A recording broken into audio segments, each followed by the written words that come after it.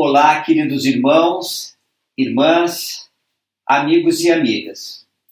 É sempre uma alegria poder estar com vocês e compartilhar o Evangelho restaurado de Jesus Cristo em nossos dias. Eu estou bem feliz com nossa classe. Eu entrei lá no YouTube e comecei a observar as estatísticas. E nós temos uma frequência diária de 200 pessoas assistindo uma das aulas. Como nós já estamos com 44 aulas, então entre as estatísticas tem um assistindo numa aula, outra noutra, mas a média está dando 200 por dia. E eu fiquei tão feliz de que muitas pessoas estão sendo beneficiadas por esse nosso encontro semanal que nós temos, na verdade 3 vezes na semana. Muito obrigado. Muito obrigado a vocês que divulgam com seus amigos membros e não membros, convidando para fazer parte da nossa classe. Muito obrigado, tá bom? Vamos continuar hoje, nós vamos estudar Doutrina e Convênios 43 e 44. Só fazendo uma breve revisão, os santos estavam em Fayette, Nova York, o Senhor orientou após naquela conferência de janeiro de 1831, que eles deveriam ir para Ohio e se estabelecer em Kirtland, na cidade de Kirtland.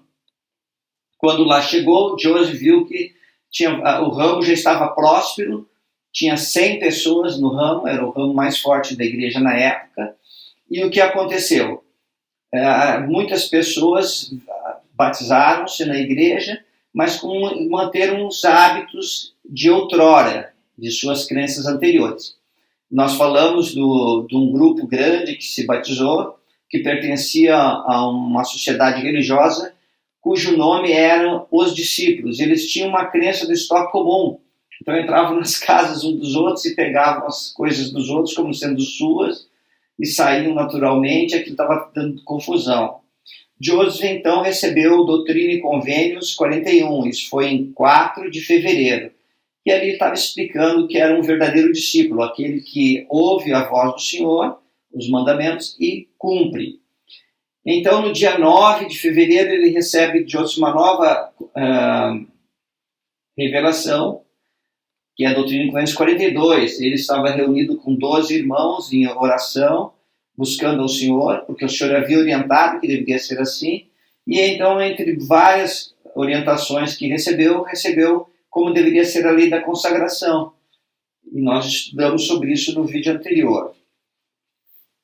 Hoje, nós estamos aqui em fevereiro de 1831, e Joseph recebe, então, a Doutrina e Convênios 43. O que estava acontecendo?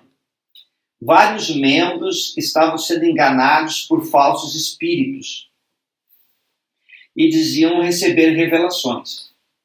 Uma recém-conversa, a senhora Hubble, ela alegava receber revelações, ela alegava acreditar ser o livro de Mórmon verdadeiro e que ela deveria ser considerada como um mestre para a igreja e recebia revelações para a igreja e para corrigir o profeta. Vários membros estavam sendo iludidos por ela. Lembra que lá em Nova York, Hiram Pace tinha uma pedra, no passado nós vimos, que recebia revelações, e daí Joseph orou ao Senhor, e o Senhor explicou que a revelação devia ser através do profeta. Só que aqui em Kirtland, os membros não sabiam daquela revelação, e estavam sendo enganados por várias pessoas. Então, em fevereiro, Joseph, ele busca o Senhor novamente, buscando mais orientação sobre esse assunto. Vamos começar no versículo 3. Só para vocês terem uma ideia, assim, A igreja era bem nova, bem jovem, e as pessoas não sabiam ainda como se portar em certas situações. E muitos estavam sendo enganados. No Doutrina e Convênios, seção 43, no versículo 3, diz assim, começando, E isto sabereis com certeza, que não há qualquer outro designado para receber mandamentos e revelações para vós, até que ele seja levado, se ele permanecer em mim. Mas em verdade vos digo que nenhum outro será designado para receber esse dom, a menos que seja por meio dele. Pois se esse dom for dele tirado, ele não terá poder, a não ser para designar outro em seu lugar. Só parando aqui no versículo 4, então o Senhor estava deixando bem claro que a revelação dele vinha através de seus profetas. No caso, o profeta de Deus, que na época era o profeta Joseph Smith. E essa linha de autoridade era tão forte e tão correta, e era o meio que o Senhor estabeleceu, que se Joseph se afastasse, se por algum motivo o Senhor não quisesse que ele continuasse, o Senhor ele não teria mais poder, ele só teria poder para designar outro no seu lugar.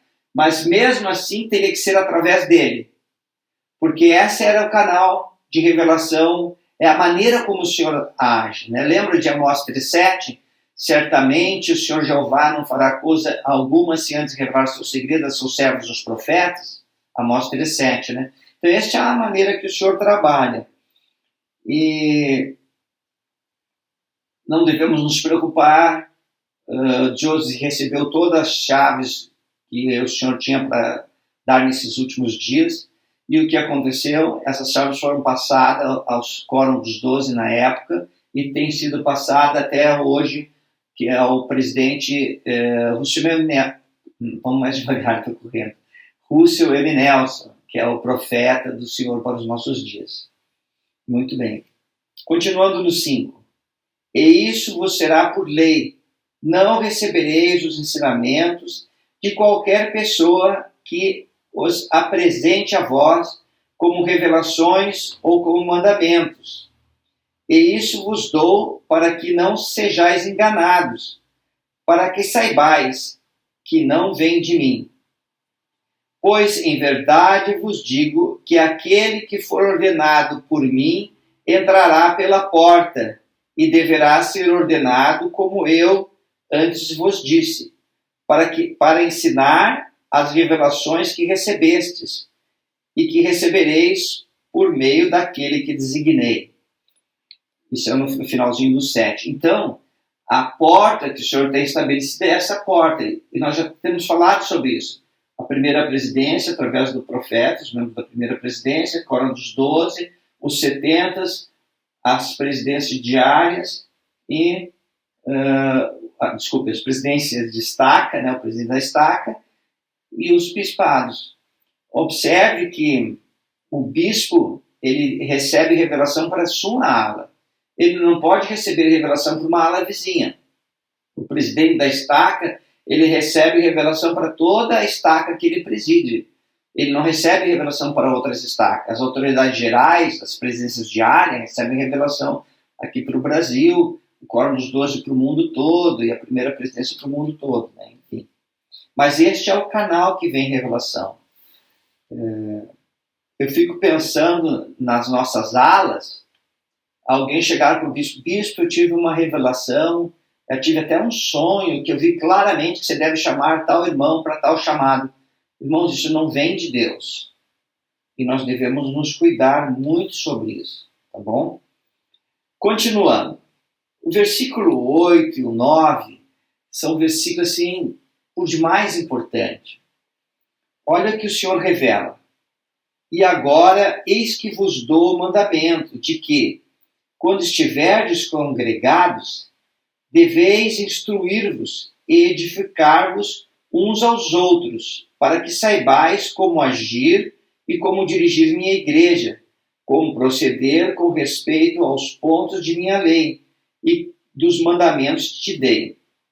Então, ao estarmos reunidos, devemos nos instruir uns aos outros. Como isso acontece hoje? Nós temos a oportunidade de participar dos quórums do sacerdócio, arônico de Melquisedeque, e ali, que é o sacerdócio menor e o sacerdócio maior, e ali nós reunidos temos nossos instrutores, as presidências dos quórums que nos instruem, nós participamos juntos. trocamos experiências nas nossas classes. Também nas auxiliares, na escola dominical, na estudante de socorro, moças, primária, um dá instrução aos outros e nós juntos comentamos e vamos nos instruindo uns aos outros. Olha que interessante no 9. E assim vos tornareis instruídos na lei da minha igreja. Só uma coisinha assim, ó. A instrução, nós estamos instruindo uns aos outros, mas a edificação acontece pelo Espírito Santo. O Espírito Santo que edifica e que muda a vida. Quando nós estamos ali na aula aprendendo sobre os princípios, as doutrinas do Evangelho, o Espírito Santo vai e testifica nos nossos corações, tá bom? E acontece a edificação. E continuando no 9. E assim vos tornareis instruídos na lei da minha igreja, e sereis santificados por meio daquilo que recebestes, e fareis convênio de que agireis em toda a santidade diante de mim. Aqui ele está falando da lei da santificação. Olha que interessante isso. Lá no guia de estudo, fala sobre santificação assim, ó. Processo pelo qual a pessoa se livra do pecado e torna-se pura, limpa e santa por meio da expiação de Jesus Cristo. Então, o processo da santificação é um processo pelo qual se livra dos pecados devido à expiação de Cristo. Mas aqui, neste versículo 9, o Senhor esclarece e 8 um pouco mais. Ele está dizendo que à medida que nós vamos nos instruindo uns aos outros, nós vamos entendendo mais, compreendendo melhor a lei e os mandamentos de Deus. E ao entender melhor, nós conseguimos andar em maior retidão. E à medida que nós vamos andando em maior retidão, a expiação tem efeito sobre nós e nós somos santificados. E aqui fala que nós fazemos convênios com Deus. E quando fazemos convênios, recebemos poder dos céus para cumprir aqueles convênios. Por exemplo, nós fazemos o convênio do batismo, ser testemunhas de Deus em todos os lugares. E ao nos batizarmos, então o convênio é isso, né? Servir de testemunho. O batismo é o testemunho meu ao Pai Celestial de que eu aceito aquele convênio. Todos os domingos, ao nos reunirmos em nossas capelas e durante a sacramental, quando o sacramento é abençoado, e nós renovamos ali os nossos convênios do batismo, de tomar sobre nós o nome de Cristo, ser testemunhas em todos os lugares, ao renovar aquele convênio, o convênio é o que eu acabei de falar, de tomar sobre nós o nome de Cristo, recordar-nos sempre, ser de testemunha. Esse é o convênio. A aceitação do convênio é quando você faz a ordenança, quando você participa da ordenança. É como se fosse um contrato, não tem como você assinar, mas a sua assinatura é participar do convênio, tudo bem? E quando participamos do convênio, recebemos poder dos céus, poder purificador e poder de continuar vivendo em retidão e cumprir esses mandamentos. E à medida que a gente vai fazendo isso, e vamos aprendendo cada vez mais sobre o Evangelho, e vamos andando em maior retidão, a expiação tem efeito sobre nós. Mas todo esse processo de aprender exige esforço, exige fé de nós. Vamos ver uma mensagem do presidente Russell M. Nelson, o profeta do Senhor. Agora, em abril, nós tivemos a conferência geral, e na sessão de domingo, na última mensagem, o profeta falou a nós e falou sobre esse importante princípio de instruir-nos uns aos outros, de buscar conhecimento. Vamos ver. O Senhor não exige uma fé perfeita para termos acesso a seu poder perfeito. Entretanto, Ele nos pede que acreditemos. Meus queridos irmãos e irmãs, minha súplica a vocês nesta manhã de Páscoa é para que comecem hoje a aumentar sua fé. Por meio da fé que vocês têm, Jesus Cristo aumentará sua capacidade de mover as montanhas em sua vida. Mesmo que seus desafios pessoais pareçam tão grandes quanto o Monte Everest. Suas montanhas Podem ser a solidão, a dúvida, as enfermidades ou outros problemas pessoais. Suas montanhas variam, mas a resposta para cada um de seus desafios é aumentar sua fé. Isso exige esforço. Os aprendizes preguiçosos e os discípulos negligentes sempre terão dificuldades para encontrar até mesmo uma partícula de fé. Fazer qualquer coisa de forma correta exige esforço. Tornar-se um verdadeiro discípulo de Jesus Cristo não é uma exceção. Aumentar a fé e a confiança que temos nele exige esforço. Gostaria de compartilhar 5 sugestões que os ajudarão a desenvolver essa fé e essa confiança. Primeira, estudem. Tornem-se alunos empenhados. Mergulhem nas Escrituras para entender melhor a missão e o ministério de Cristo. Conheçam a doutrina de Cristo, a fim de entenderem o poder dela para a sua vida. Internalizem a verdade de que a expiação de Jesus Cristo se aplica a vocês.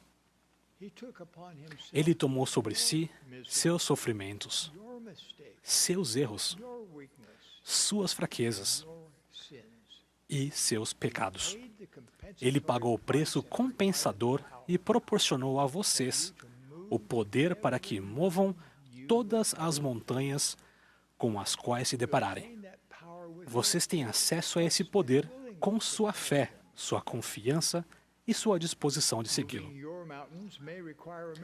Pode ser necessário um milagre para que suas montanhas sejam movidas.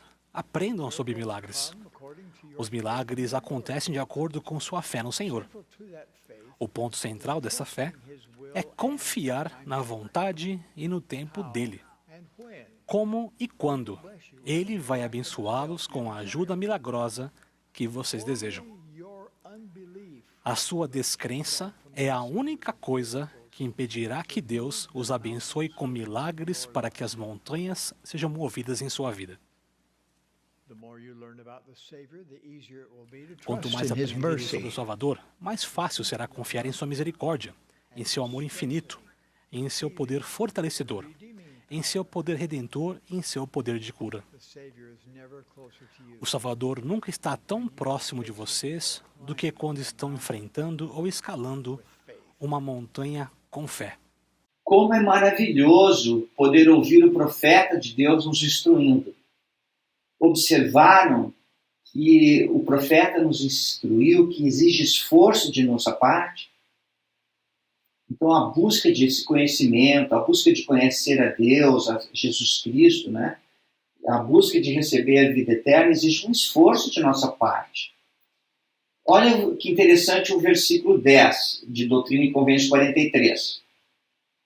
Para que, se assim fizerdes, glória seja acrescentada ao reino que recebestes.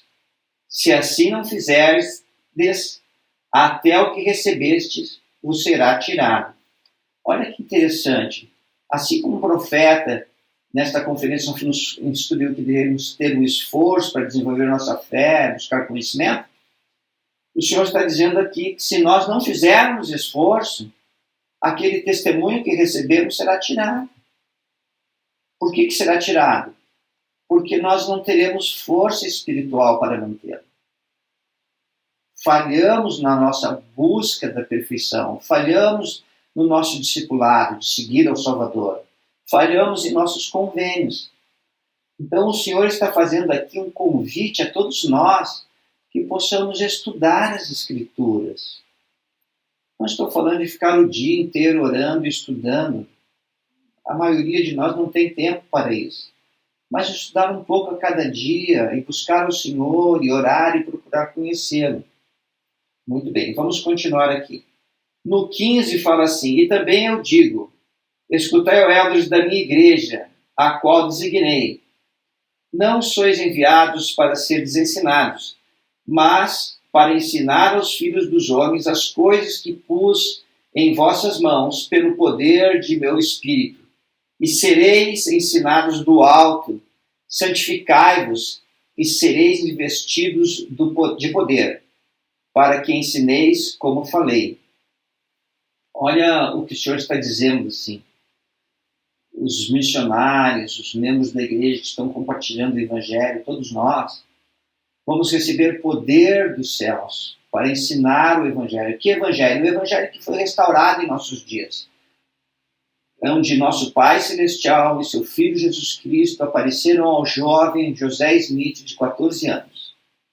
E desde então nós temos profetas vivos sobre a terra, que recebeu visita de seres angelicais, celestiais, instruindo, dando chaves, poder do sacerdócio para restaurar o reino de Deus na terra novamente, mesmo a igreja de Jesus Cristo dos santos dos últimos dias.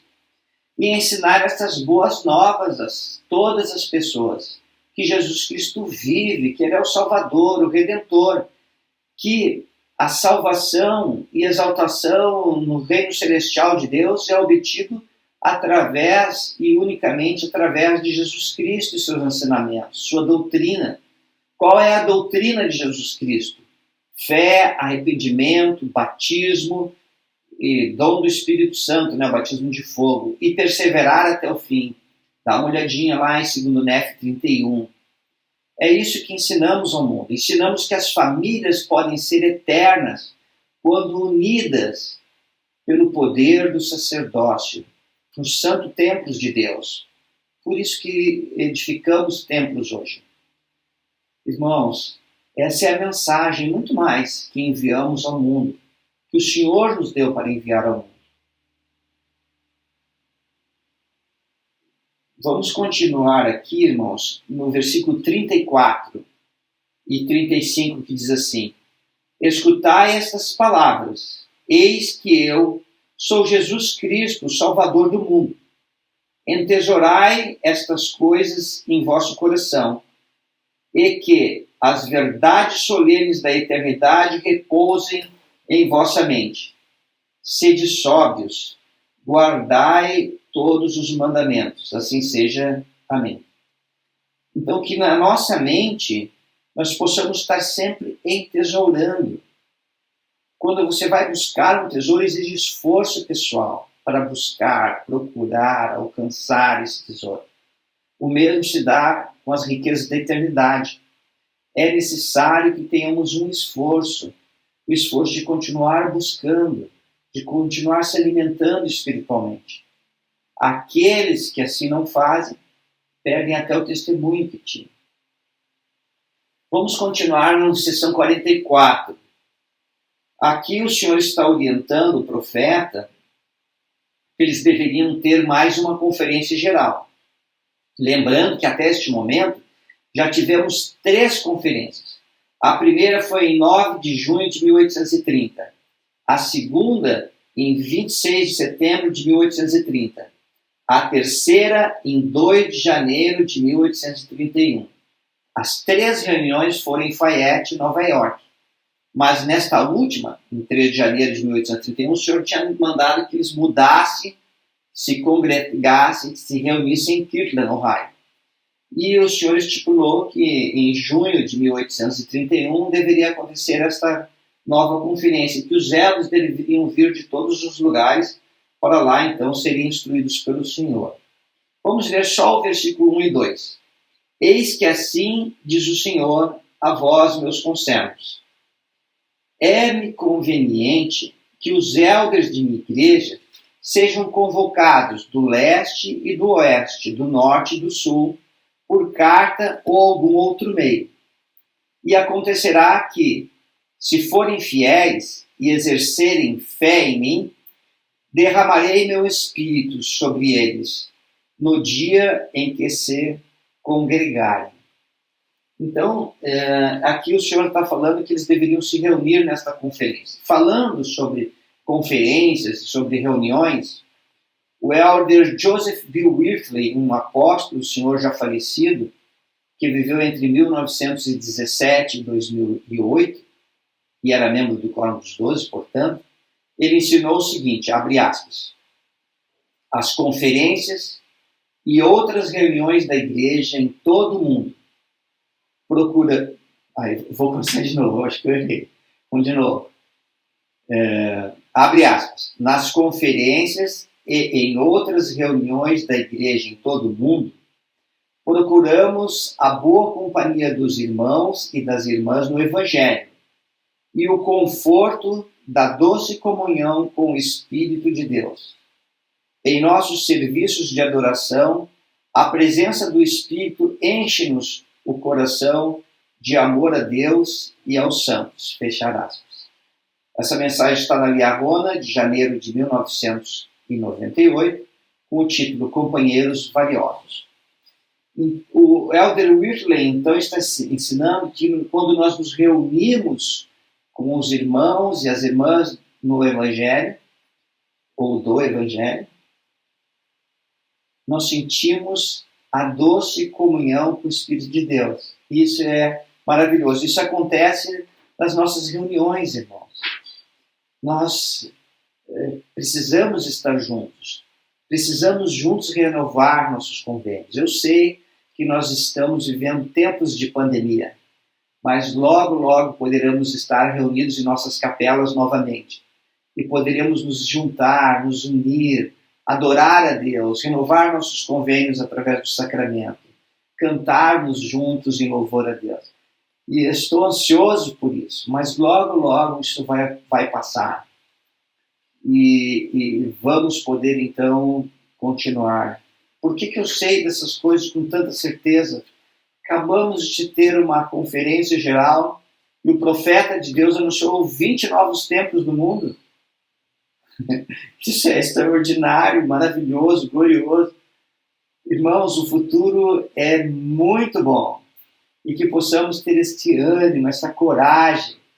Mas lembra as palavras do presidente Nelson. Continua se esforçando, continua se dedicando. E tudo vai dar bem.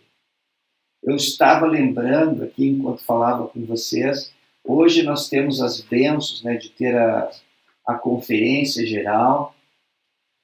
E na conferência geral nós podemos nos sentar confortáveis em nossas casas, e ela até passa pela televisão, né, canal aberto, ou então pelo computador, e nós ouvimos na hora em que o profeta está falando, no mesmo minuto, lá em Salt Lake, nós ouvimos em nossas casas, no mundo todo. Lembro-me de quando eu me batizei, nós ficávamos sabendo da conferência 6 meses depois, em 1977. 6 meses depois nós tínhamos notícia do que estava acontecendo. Eu lembro que quando eu tinha 35 anos, eu estava servindo como conselheiro na presidência da Estaca São José dos Campos, fui chamado, né? O presidente Orville N. Day Jr. era o presidente, saudoso presidente dele. E daí, ele está lá no Rio Grande do Sul, eu acho agora, com a família. Um abraço, presidente dele, irmã Bela, se estiverem me ouvindo. Amamos tanto vocês. Fizeram tão bem e eram uma serva tão boa de Deus, nos orientando, né? Tão bons que eles são. Muito bem. Mas eu lembro que em 1988, como eu havia sido chamado para servir como conselheiro na presidência da Estaca, eu fui então convidado pela igreja, naquela ocasião acontecia isso, para assistir à conferência geral de outubro de 1988.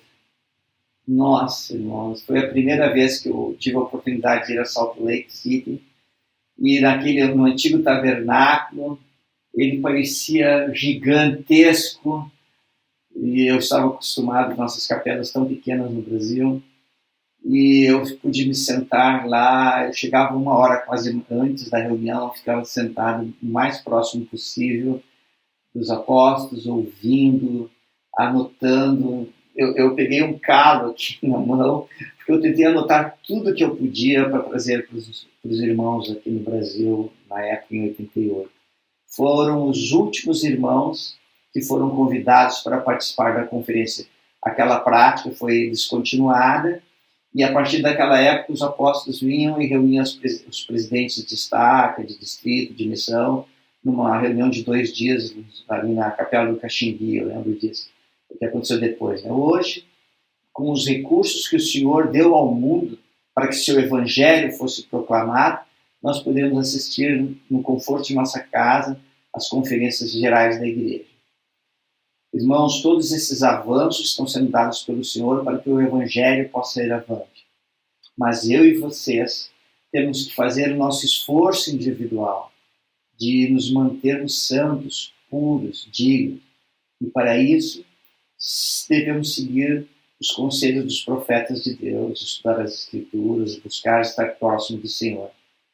Tem sido uma alegria estar com vocês. Desejo um ótimo dia, uma ótima semana. Continuem firmes, o Evangelho é verdadeiro, o futuro é brilhante. Tenha fé, vamos lá. Tchau, irmãos, tchau, irmãs. As crianças que com seus pais estão assistindo, tchau do vovô Dé. Tchauzão. Tchau.